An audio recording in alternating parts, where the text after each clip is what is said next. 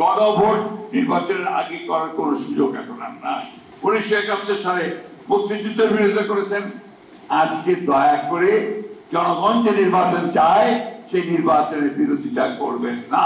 দীর্ঘ প্রায় 1 বছর 9 মাস তারা এই কমিশনের ঐক্যমত্য কমিশনের তারা আলোচনা করেছেন ঐক্যমতের বিভিন্ন বিষয় সংস্কারের বিভিন্ন বিষয়গুলো নিয়ে। প্রায় অনেকগুলো বিষয়ে একমত হয়েছেন, কয়েকটা বিষয়ে আমরা একমত হতে পারিনি, সে বিষয়গুলো আমরা নোট দিয়েছিলাম। অর্থাৎ আমাদের মতভেদ থাকলেও আমরা মূল যে সনদ সেই সঙ্গে আমরা স্বাক্ষর করেছি, এটাই নিয়ম। এবং এটাই সম্পূর্ণ নিয়ম যে আমরা যখন ইলেকশনে যাবো ম্যানিফেস্টোতে এই বিষয়গুলো থাকবে। জনগণ যদি আমাদের ভোট দেয় তাহলে আমরা সেই বিষয়গুলো আবার সামনে নিয়ে আসবো, সেগুলো আমরা পার্লামেন্টে পাস করে আমরা সেটাকে দেশের যে পরিবর্তন সেই পরিবর্তনটা নিয়ে আসবো। আর জনগণ ভোট না দেয় তাহলে সেটা বাদ হয়ে যাবে। অবশ্যই যখন সাবমিট করা হলো, বৃষ্টি হচ্ছিল, মনে আছে আমরা সনদ স্বাক্ষর 17 তারিখে, সেই বৃষ্টি হচ্ছিল, তার আগে আবার গোলযোগ হয়ে গিয়েছিল, সবচেয়ে লন্ডভন্ড হয়ে গিয়েছিল। বিষয়টাকে আবার ঠিকঠাক করে আমরা সমস্ত রাজনৈতিক দলগুলো যখন একমত হয়ে সে স্বাক্ষর করলাম, বৃষ্টির মধ্যে ছাতা পড়ছিল, ছাতা ধরে দেখা গেল যখন এটা ওনারা উপস্থাপন করলেন অন্তর্বর্তীকালীন সরকারের প্রধান উপদেষ্টার কাছে, সেটা অনেক পার্থক্য। বিশেষ করে আমরা যে নোট অফ ডিসেন্টগুলো দিয়েছিলাম সেগুলো উল্লেখ করা হয়।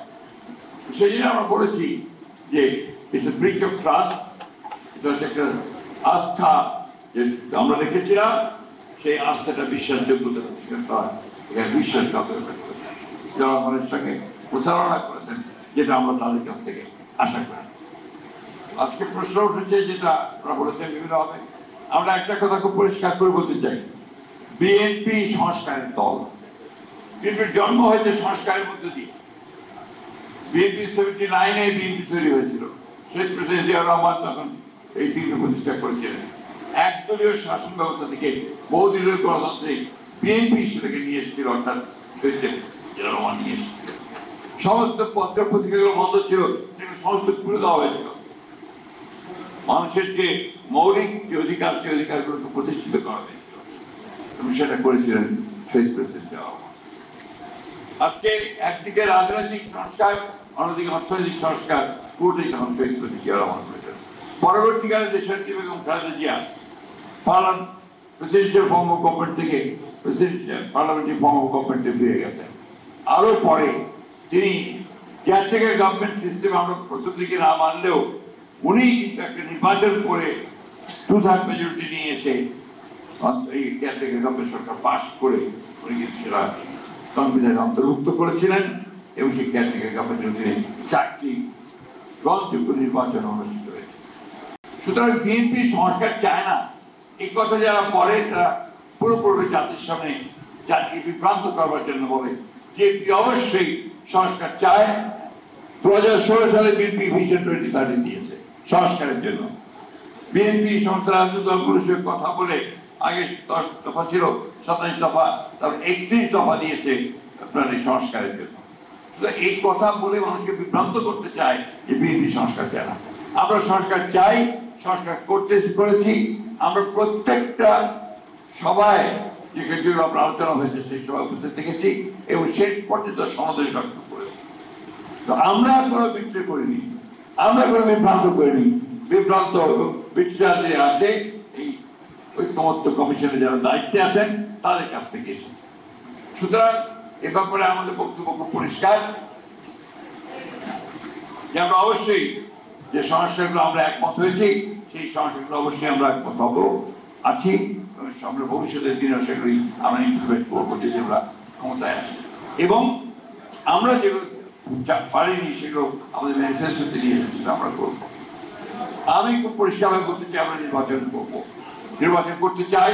এবং আমরা 2026 সালের যে ফেব্রুয়ারি মাসে অন্তর্বর্তীকালীন সরকারের প্রধান উপদেষ্টা যে ঘোষণা দিয়েছেন সেই ঘোষণার সঙ্গে একমত হয়ে আমরা নির্বাচন চাই।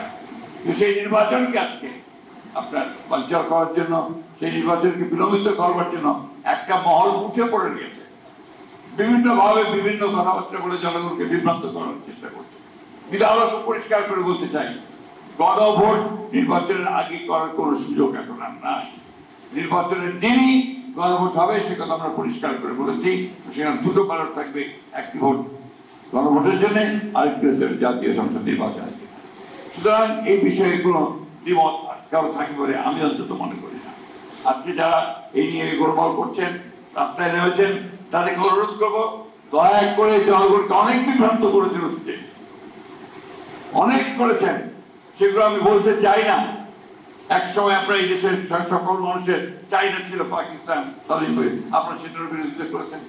1971 সালে মুক্তিযুদ্ধের বিরোধিতা করেছেন। আজকে দয়া করে জনগণ যে নির্বাচন চায় সেই নির্বাচনের বিরোধিতা করবেন না।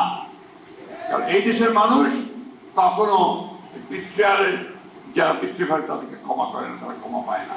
সুতরাং ওখান থেকে সরে আসুন, নির্বাচন করুন, নির্বাচনের মধ্য দিয়ে জনগণের মতামত প্রতিষ্ঠিত হোক, এটাই আমরা সকলে চাই। জনগণ সরকার গঠিত হোক এবং এই সংকট থেকে আমরা উত্তরণ ঘটাতে পারি, সেদিকেই আমাদের যাওয়া দরকার, আমাদের যেতে হবে। আমরা অবশ্যই আমাদের মিত্রদেরকে নিয়ে, যাদের সঙ্গে আমরা দীর্ঘ 15 বছর লড়াই করেছি, একসাথে কাজ করেছি, তাদেরকে সঙ্গে নিয়ে আমরা সরকার গঠন করতে চাই। এবং খুব পরিষ্কার কথা আমরা বলেছি, আমরা জাতীয় সরকার গঠন করতে চাই নির্বাচনের পরে।